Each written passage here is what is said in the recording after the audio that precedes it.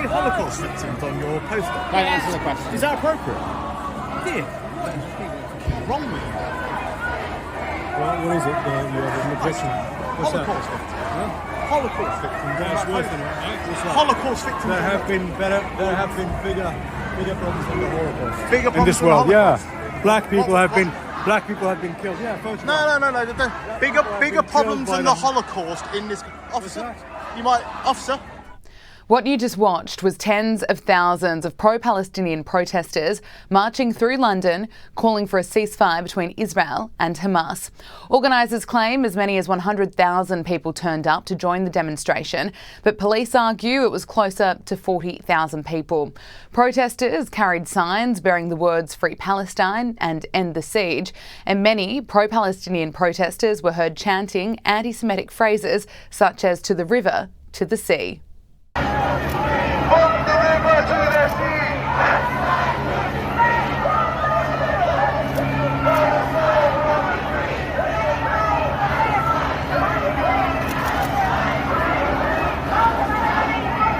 Police confirmed at least 13 arrests were made, mostly for offensive placards, as well as for other alleged offences.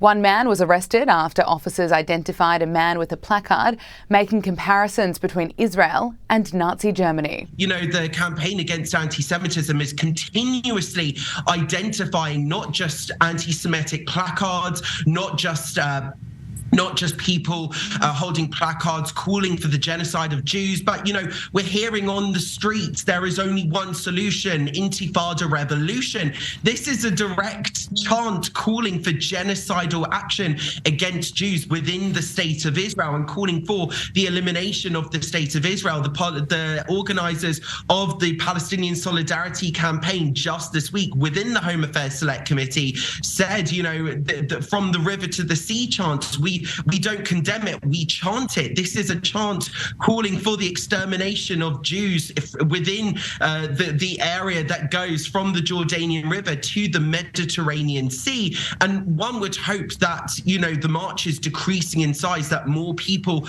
are seeing actually, no, these marches are calling for the genocidal chants against Jews within the state of Israel. But, you know, I think this does show that once again, every single week, at least 15,000 Londoners want to make London a no-go area for Jews.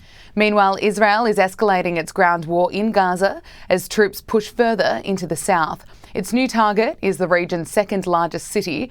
Residents are being told to evacuate as humanitarian agencies warn their ability to deliver basic supplies is on the verge of collapse. Given what's happening in Gaza, these pictures filmed by Sky News are remarkable. People have flooded back to the Shifa hospital in Gaza City. They're seeking sanctuary. This hospital was considered to be sitting above a network of Hamas tunnels and the nerve centre of their leadership. The absence of Israeli soldiers would suggest it wasn't or isn't now. Further south, the sounds of heavy fighting reverberate around the streets in the centre of Khan Yunis. It's the focus of the Israeli forces now. They told everyone to leave the heart of the city for the first time. The only souls to be seen, a woman and child on a cart carrying two badly injured people. A grinding reminder of the costs of this war. Israeli soldiers are engaging with Hamas fighters in towns across the Gaza Strip. Their latest video doesn't identify exactly where they are. The IDF says Hamas is embedded in civilian areas, which complicates the fight. But they say some Hamas have surrendered and they will take into custody any of them who give themselves up. But the fight will continue. This is all in stark contrast to the demands of the Arab leaders meeting in Doha, who want a ceasefire and blame the USA and Israel for there not being one. The UN Secretary General agrees. The situation is fast deteriorating into a catastrophe with potentially irreversible implications for Palestinians as a whole and for peace and security in the region.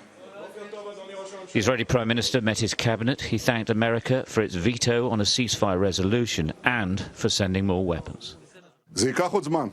It will take more time. The war is in full swing, but this is the beginning of the end for Hamas. I say to the Hamas terrorists, it is over.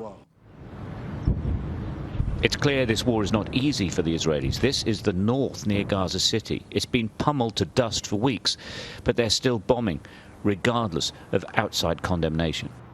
Well, it's clear now that there is a huge gulf between Israel and the United States on one hand and much of the rest of the world on the other.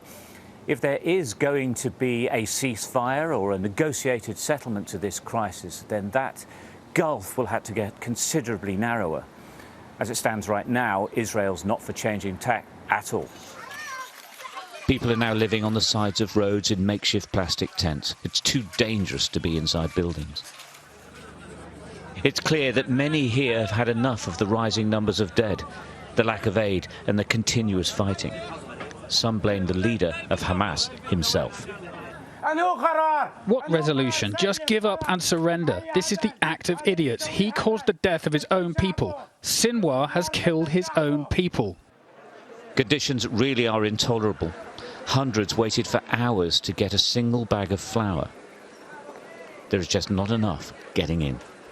The aid agencies say their whole operations are grinding to a halt. The aid network is disintegrating.